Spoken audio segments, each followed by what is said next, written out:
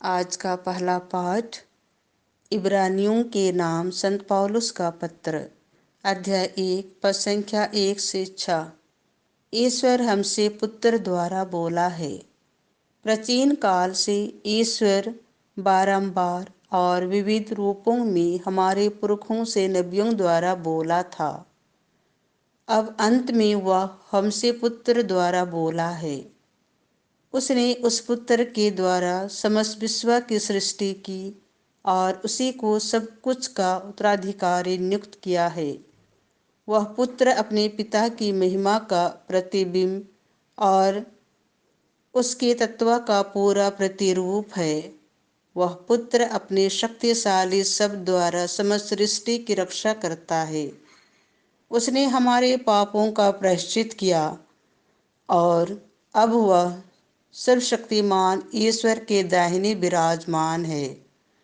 उसका स्थान स्वर्गदूतों से ऊंचा है, क्योंकि जो नाम उसे उत्तराधिकार में मिला है वह उनके नाम से कहीं अधिक श्रेष्ठ है।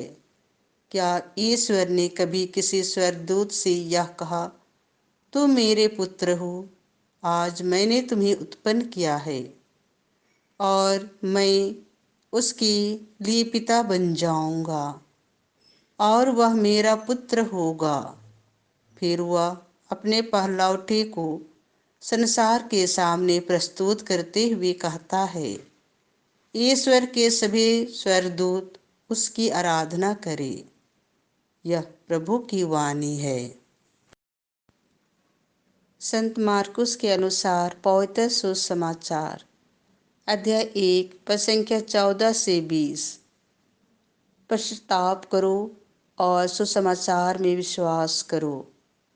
योहन के गिरफ्तार हो जाने के बाद यीशु गलीलिया आए और यह कहते हुए ईश्वर के सुसमाचार का प्रचार करने लगे, समय पूरा हो चुका है, ईश्वर का राज्य निकट आ गया है। पश्चाताप करो और सुसमाचार में विश्वास करो। गलीलिया के समुद्र के किनारे से होकर जाते हुए यीशु ने सिमोन और उसके भाई अंद्रियास को देखा। वे समुद्र में जाल डाल रहे थे, क्योंकि वे मछुए थे।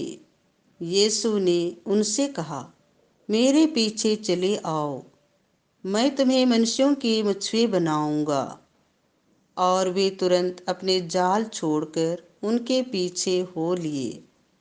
कुछ आगे बढ़ने पर यीशु ने जबेदी के पुत्र याकूब और उसके भाई योहन को देखा। वे भी नाव में अपने जाल मरम्मत कर रहे थे। यीशु ने उन्हें उसी समय बुलाया। वे अपने पिता जबेदी को मजदूरों के साथ नाव में छोड़कर उनके पीछे हो लिए। यह प्रभु का सुसमाचार है।